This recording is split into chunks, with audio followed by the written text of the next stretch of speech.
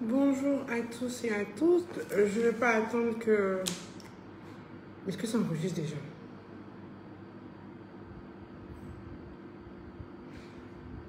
Ah, je sais déjà en direct, de toute façon, je vais appuyer. Donc, bonjour à tous et à toutes. Je ne vais pas attendre que vous vous connectez tous, c'est rapide. C'est l'une des dernières vidéos juridiques que je fais sur la page, puisqu'on a décidé qu'à partir de vendredi 14, on va faire maintenant les lives juridiques sur la page La Tribune de la Justice.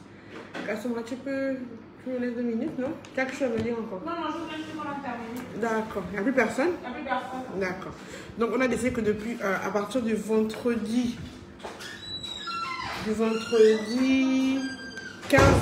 15 octobre, les lives sur le point de vue juridique se feront uniquement sur la page de la Tribune de la Justice.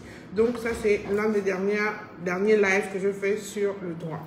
Pour aujourd'hui, j'ai reçu 2 ou 3 personnes qui, lorsqu'ils vont à la mairie, ils sont venus se plaindre que quand ils vont à la mairie, on refuse qu'ils laissent la case de l'un des parents vide. Donc, je suis venue vous donner les nouvelles dispositions. Parce qu'on s'est rendu compte qu'avant, non seulement les délais de déclaration étaient trop courts et que les officiers de l'état civil, parfois, ne vous laissaient pas laisser la case vide. C'est eux qui vous disaient on ne peut pas laisser la case vide. Hein?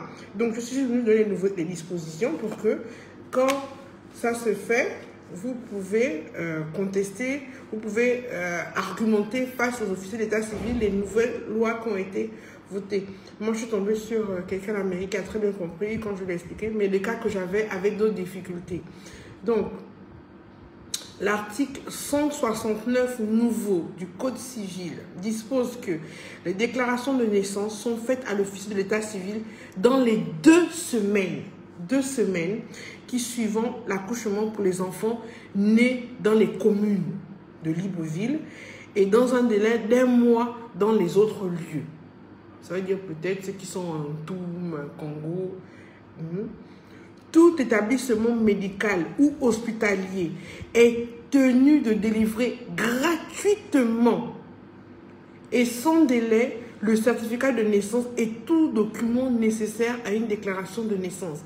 Donc, on n'a pas le droit de vous demander de l'argent quand vous venez demander le certificat de naissance dans les structures hospitalières. Et on dit, on est toujours dans le 169 nouveau, l'acte de naissance est rédigé sans délai et sa délivrance n'est soumise à aucune condition. 170 nouveau. À défaut du père, de la mère ou de leur représentant, les déclarations de naissance peuvent être faites par le médecin ou la sage-femme ayant assisté à la naissance. Toutefois, sauf mandat express du père ou de la mère quant à l'énonciation des noms et prénoms, ces derniers ne peuvent indiquer à l'officier de l'état civil que le sexe, la date, l'heure et le lieu de naissance de l'enfant et dans la mesure du possible le nom de la mère. Les chefs des agglomérations rurales veilleront à ce que les naissances survenues dans leur circonscription soient déclarées au centre d'état civil le plus proche dans les délais prévus du présent code. D'accord? Donc, il faut que vous compreniez que vous n'avez que 2 semaines pour déclarer un enfant et que dès que vous avez fourni les documents d'un parent, surtout la mère, parce que c'est elle qui met au monde, l'acte de naissance doit être délivré sans délai et sa délivrance n'est soumise à aucune condition. Du moment que vous avez déclaré l'enfant dans les délais. Et on ne peut pas vous obliger, on n'a pas dit cela pendant que je vous ai lu, il faut que la case père soit remplie obligatoirement. Donc je vous dis ça, pourquoi? Parce que quand vous mettez le nom de quelqu'un dans la case père, qui parfois dès le début de la grossesse ne s'est pas occupé de l'enfant, réchigne à aller reconnaître l'enfant, n'allez pas mettre... Parce que ça va vous rattraper demain à après-demain. Ce sont des usages de faux et de faux. Il faut laisser la case vide, ne rajoutez rien. Parce que si vous avez déjà des soucis avec le père au niveau de la naissance, au niveau de la conception, au niveau du suivi de la grossesse, et que vous mettez son nom sur l'acte de naissance, et qu'au moment où vous voulez voyager, vous voulez vous déplacer avec l'enfant, ou bien vous ne voulez pas que l'enfant aille dans un endroit spécifique, vu que vous avez mis le nom du père dans l'acte de naissance, un père quasiment absent, il a son mot à dire. Si vous rencontrez quelqu'un avec qui vous vous mariez, qui désire adopter votre enfant, vous ne pourrez pas le faire parce que le père aura son mot à dire.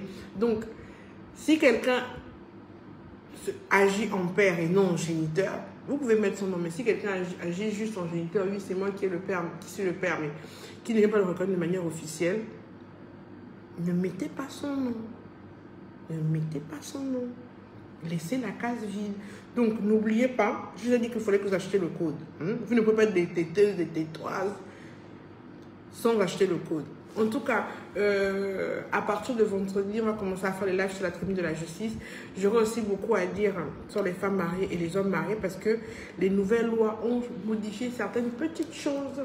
Avant 2000, je pense que c'est en... Oui, la loi numéro 4/2021 du 15 septembre 2021 portant modification des certaines dispositions de la loi 15/72 du 29 juillet a modifié beaucoup de choses, notamment la désignation de domicile conjugal et le debitaum conjugal. Ça veut dire qu'avant, le devoir conjugal était obligatoire. Il ne l'est plus. Et le viol entre époux existe dorénavant. On en parlera plus en longueur lors d'un autre live sur la tribune de la justice. Je sais, la loi est dure, mais c'est la loi. Bonne journée.